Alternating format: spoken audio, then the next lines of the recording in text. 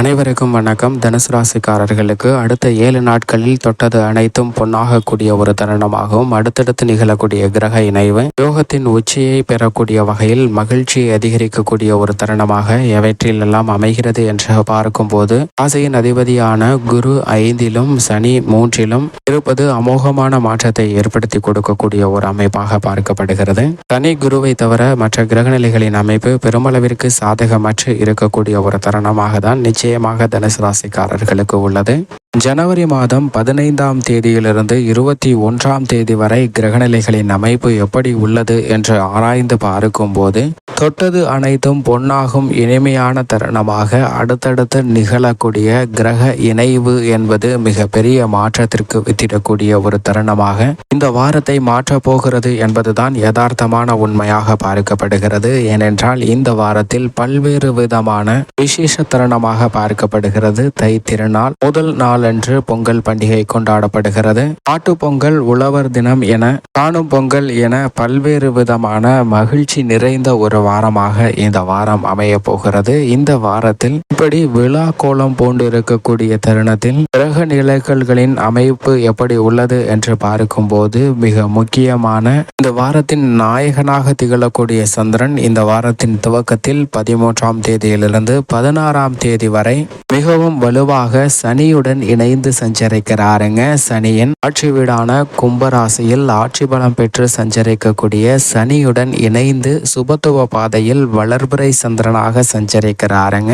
அதற்கு பிறகு 18ஆம் தேதி வரை ராகுவுடன் இணைந்து சஞ்சரிக்கிறாருங்க சந்திரன். 18லிருந்து 20ஆம் தேதி வரை முழு சுபகிரகமாக இருக்கக்கூடிய குருவுடன் இணைந்து சஞ்சரிக்க போகிறாருங்க சந்திரன். 20ஆம் தேதியிலிருந்து 22ஆம் தேதி வரை உச்சம் பெற்று சஞ்சரிக்கிறாருங்க சந்திரன். சந்திரனின் அமைப்பில் இப்படி அடுத்தடுத்து நிகழக்கூடிய கிரக இணைவு என்பது மிக பெரிய மாற்றத்திற்கு வித்திடுகிறது என்பதை தெளிவாகவும் துல்லியமாகவும் உறுதிப்படுத்துகின்றன கிரக நிலைகள். ஏனென்றால் சந்திரன் மற்றும் சனி இணைவு என்பது உணர்வு யோகம் நிறைந்த ஒரு தருணமாக அமையும் என்பதை கிரக அமைப்பு தெளிவாக உறுதிப்படுத்துகின்றன. ஏனென்றால் ஆற்றல் மிக்க ஆக்கப்பூர்வமான 2 கிரகங்களாக இருக்கக்கூடிய சனி மற்றும் சந்திரன் இணைவு காரணமாக புணர்ப்பு யோகமானது உருவாகிறது. எனவே இந்த தருணத்தில் அரசியல் பொது வாழ்வில் ஈடுபடுபவர்களுக்கு சாதனை செய்யக்கூடிய அளவிற்கு மிக பெரிய அளவில் புதிய வாய்ப்புகள் நிறைந்து கிடைக்கும்.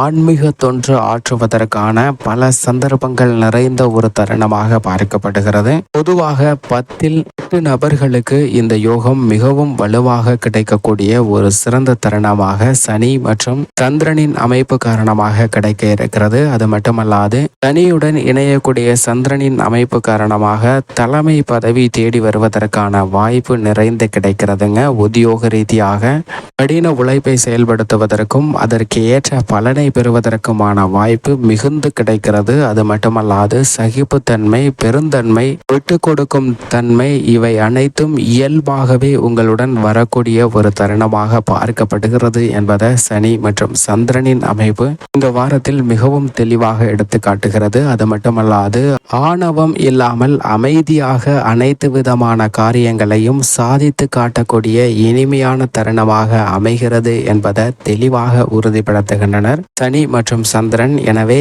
இந்த தருணத்தில் உத்தியோகம், தொழில் ரீதியாக மிக சிறந்த வளர்ச்சியும் முன்னேற்றமும் நிறைந்து கிடைக்க போகிறது. அதற்கு பிறகு ராகுவுடன் இணைகிறாருங்க சந்திரன். சந்திரன் ராகுவுடன் இணையக்கூடிய இந்த தருணத்தில் பல்வேறு விதமான சுப பலன்களை பெறுவதற்கான வாய்ப்பும் யோகமும் நிறைந்து கிடைக்கிறது. ஒரு நபரை மிக சிறந்த வளர்ச்சி அடைய வேண்டும் என்றால் நிச்சயமாக ராகு மற்றும் சந்திரனின் அமைப்பு மிக வலுவான ஒன்றாக பார்க்கப்படுகிறது. அப்படிப்பட்ட கிரக இணைவானது இந்த தருணத்தில் மிக பெரிய அளவில் முன்னேற்ற வாய்ப்புகளை நிறைந்து கொடுப்பதோடு மட்டுமல்லாது சர்வதேச அளவில் தொழில், வியாபாரம், உத்தியோகம், கலைத்துறை, அரசியல் துறை சார்ந்த பணிகளில் மிக சிறந்து விளங்குவதற்கான வாய்ப்பும் யோகமும் நிறைந்து கிடைக்கக்கூடிய ஒரு தருணமாகவும் அமைய போகிறது என்பதை தெளிவாக உறுதிப்படுத்துகிறாருங்க. சந்திரன் மாதத்தில் குறிப்பாக தை மாதத்தின் முதல் வாரமாக இருக்கக்கூடிய இந்த தருணத்தில் மிக வலுவாக 2 கிரகங்களான சனி மற்றும் ராகுவுடன் இணைந்து சஞ்சரித்ததற்கு பிறகு முழு சுபகிரகமாக இருக்கக்கூடிய குருவுடன் இணைந்து சஞ்சரிக்கிறாருங்க சந்திரன்.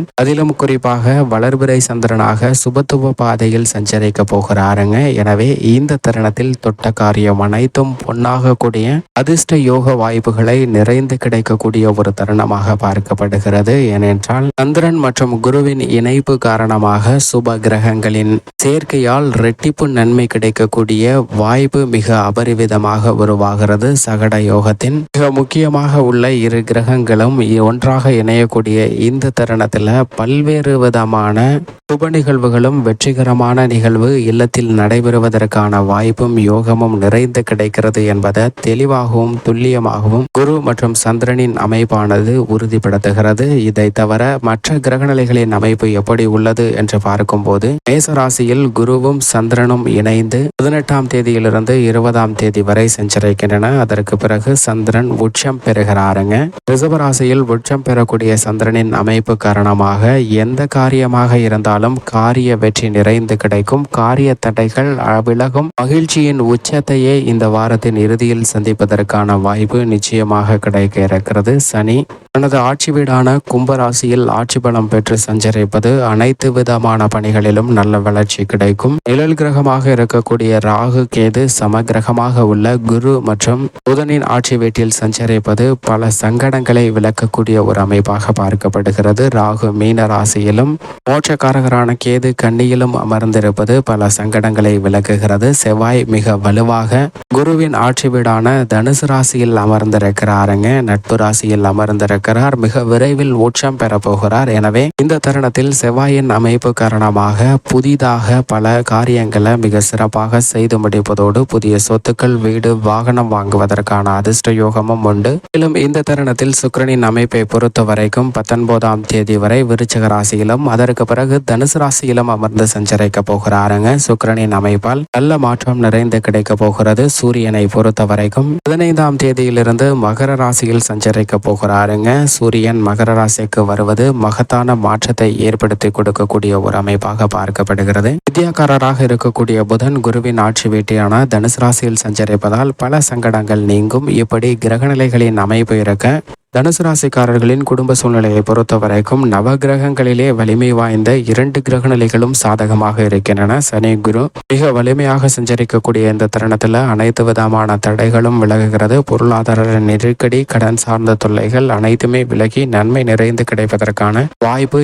அனைத்து விதமான பணிகளிலும் நிச்சயமாக கிடைக்கிறது. கடந்த 7.5 சனியில் பட்ட பாடுகள் துன்பங்கள் அனைத்திற்கும் நல்லதொரு மாற்றம் நிறைந்து முன்னேற்றம் கிடைக்கக்கூடிய ஒரு இனிமையான தருணமாக அமைவதற்கு வாய்ப்பும் யோகமும் நவகிரகங்களிலே வலிமை வாய்ந்த குரு சனி ஆகிய 2 கிரக நிலைகளும் தனுசு ராசிக்காரர்களுக்கு கொடுப்பது அபரிவிதமான வளர்ச்சியை ஏற்படுத்தி கொடுக்கக்கூடிய ஒரு அமைப்பாக பார்க்கப்படுகிறது. ஆனால் சாதகமற்ற அமைப்பாக ஜென்ம ராசியில் செவ்வாய் புதன் சுக்கிரன் போன்ற கிரக நிலைகளும் அதே சமயம் ஜென்ம ராசியை விட்டு சூரியன் விலகுவது வரவேற்கத்தக்க ஒரு அமைப்பாக பார்க்கப்படுகிறது. இருந்தாலும் இந்த தருணத்தில் நிழல் கிரகமாக உள்ள ராகு கேதுவின் அமைப்பு சாதகமற்றதான் இருக்கிறது. ராகு அர்த்தாஷ்டக ஸ்தானத்திலும் கேது ஜீவனஸ்தானத்திலும் இருப்பதால் சற்று கூடுதல் கவனத்துடன் இருக்க வேண்டும். ஏனென்றால் தனுசு ராசிக்காரர்களை பொறுத்த வரைக்கும் தொட்டது அனைத்தும் பொன்னாக கூடிய ஒரு இனிமையான தருணமாக இருந்தாலும் நவ கிரகங்களில் மிக வலிமை வாய்ந்த சனி குருவை தவிர மற்ற கிரகநிலைகள் அனைத்தும் சாதகமற்ற ஒரு அமைப்பில் தான் இருக்கின்றது என்பதுதான் யதார்த்தமான உண்மை. எனவே விழிப்புணர்வுடனும் கவனத்துடனும் செயல்பட வேண்டிய ஒரு தருணமாக பார்க்கப்படுகிறது. மேலும் சாதகமாக மாற்றிக்கொள்ள நிச்சயமாக தனுசு ராசிக்காரர்கள் தை திருநாளாம் பொங்கல் பண்டிகை என்று விரதமிருந்து அருகாமையில் உள்ள ஆலயம் சென்று தீபம் ஏற்றி வழிபாடு செய்யுங்கள். அப்படி செய்வதால் நிறைந்த நன்மையும் முன்னேற்றமும் உங்களுடைய வாழ்வில் இனிதாக கிடைக்கும்.